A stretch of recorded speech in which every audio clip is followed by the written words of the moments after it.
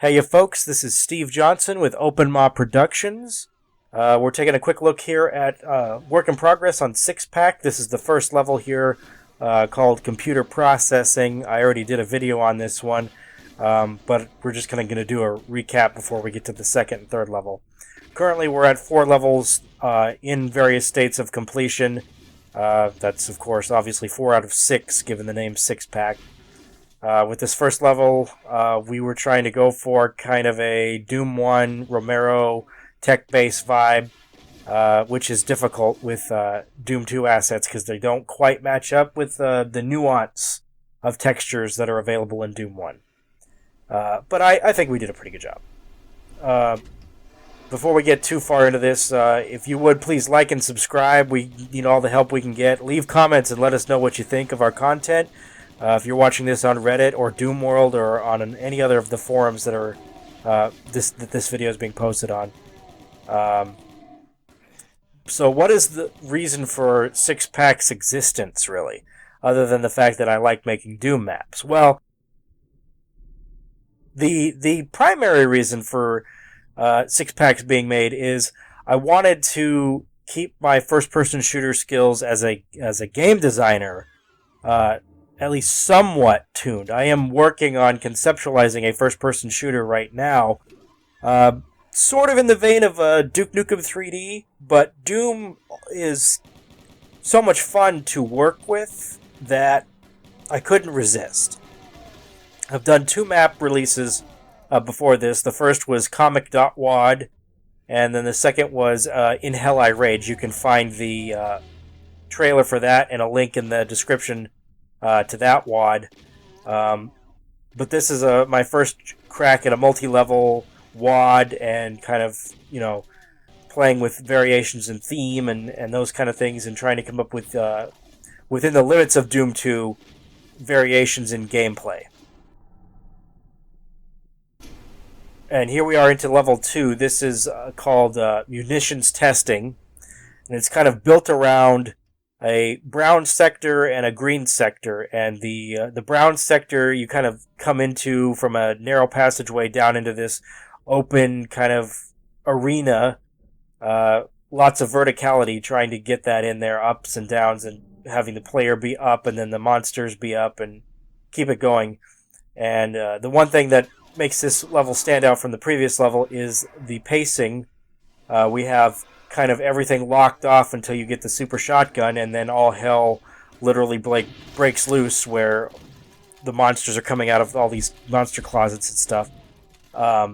Just trying to keep it interesting and different and see what can be done. My philosophy on level design is kind of to mix and match between old school and new school. Old school being the labyrinthian, puzzle, key hunt, that kind of thing, lots of monsters. And the new school, of course, being kind of set-piece focused.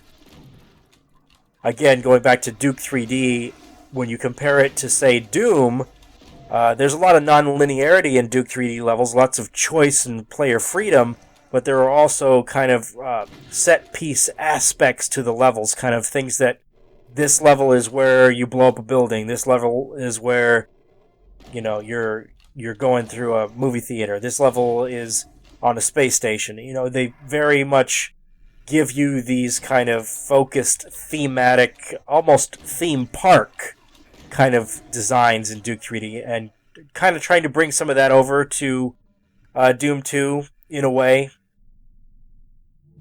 Once again, I want to reiterate, I know you're probably seeing all kinds of misaligned textures and things that don't look right. These are all work in progress levels so far. They're not anywhere near completed. I'm pretty happy with the layout of this level, actually. To be totally honest, the first 2 levels are pretty close to done.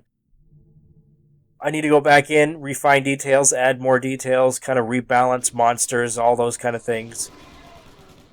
Here we are going into the second section of this level, going from the browns to this kind of a green look. It's almost like 2 donuts have been smushed together. What's cool, though, what I try to do with this section, in terms of connecting it to the previous section, is that there are actually 2 entrances into both sections, so you can come at it from different angles.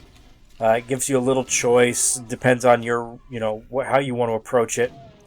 Once again, monster layout, texture alignment, all that kind of stuff is not final. I kind of just threw in a bunch of monsters to give myself something to shoot at and to think about what I want and where I want it. So balancing is still something that I'm working on heavily here. I want to also give a shout out to the Doom community at large. You guys are great. All the wikis, all the YouTube channels out there dedicated to Doom modding, Chubb's Doomer among others.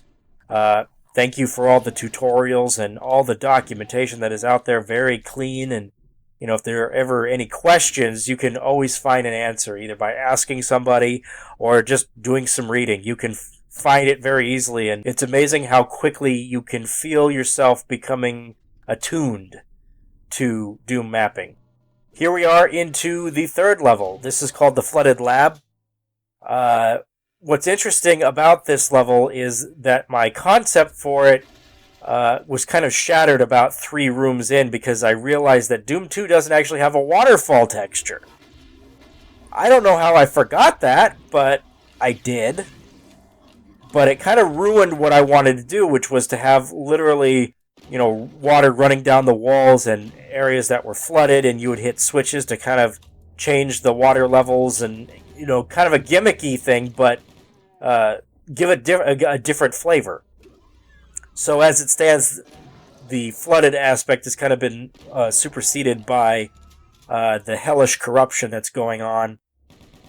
Level 3 transitions us into level 4, which will be a much more of a hellish... it's pure hell. It's pure flesh and bone and stone and wood versus the tech base of the first 3 levels. So there is a gateway that you go through in this level to exit into the 4th level. Like I said, the watery theme has kind of been abandoned, unfortunately.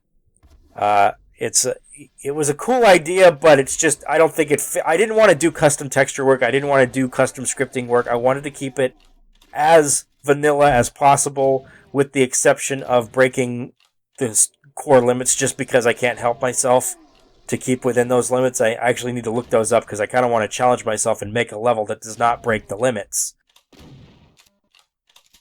But that is pretty much the only thing I'm letting myself slide on. I don't want to do custom assets. This is supposed to be kind of a chill, relaxed kind of something that I'm just doing for fun. In between working on 2 indie games, one game I'm working on one game that I've already released, is called Save the Astronaut, and it's available on Steam for $1.99. I'd really appreciate it if you guys could check it out. Pick up a copy for your friend, your sister, your brother, your mother, whatever. We're really trying to get it out there and get the feedback that we need to improve for the sequel, which will be going into high gear development here within the next week or so. Here we're seeing kind of a, we're seeing a kind of a peek around the corner here into what is the gate room. I'm spoilers, but this playthrough stops before we really get a chance to explore the gate room. By intention, I don't want to give everything away with these development videos. I just kind of want to show how we're doing and kind of get feedback from you guys. That's really what it's about. Because I can develop and make, but if I don't share it with anyone, if I don't get feedback, I can't really make them the best that they can be. So if you're seeing things and you're like, well, maybe you could do this instead, or, whatever, I want to hear it. By all means. The worst feedback I can ever get is that was good. Like, that doesn't tell me anything. I mean, I'm glad to hear that. I love to hear positive feedback, but really, criticism and constructive feedback is far more helpful. It really does matter, so please don't hesitate to leave that.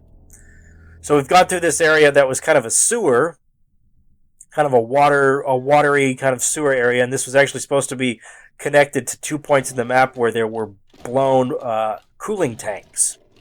Because when all hell broke loose with the gateway, these cooling tanks that helped keep the reactor cool kind of ruptured, and I actually deleted all of that geometry that was related to that and just kind of converted this into more of a sub-level sewer. We're actually getting close to the end of the playthrough here, so I'm going to wrap it up. Please be sure to like and subscribe, leave us a commentary, and let us know what you think, guys.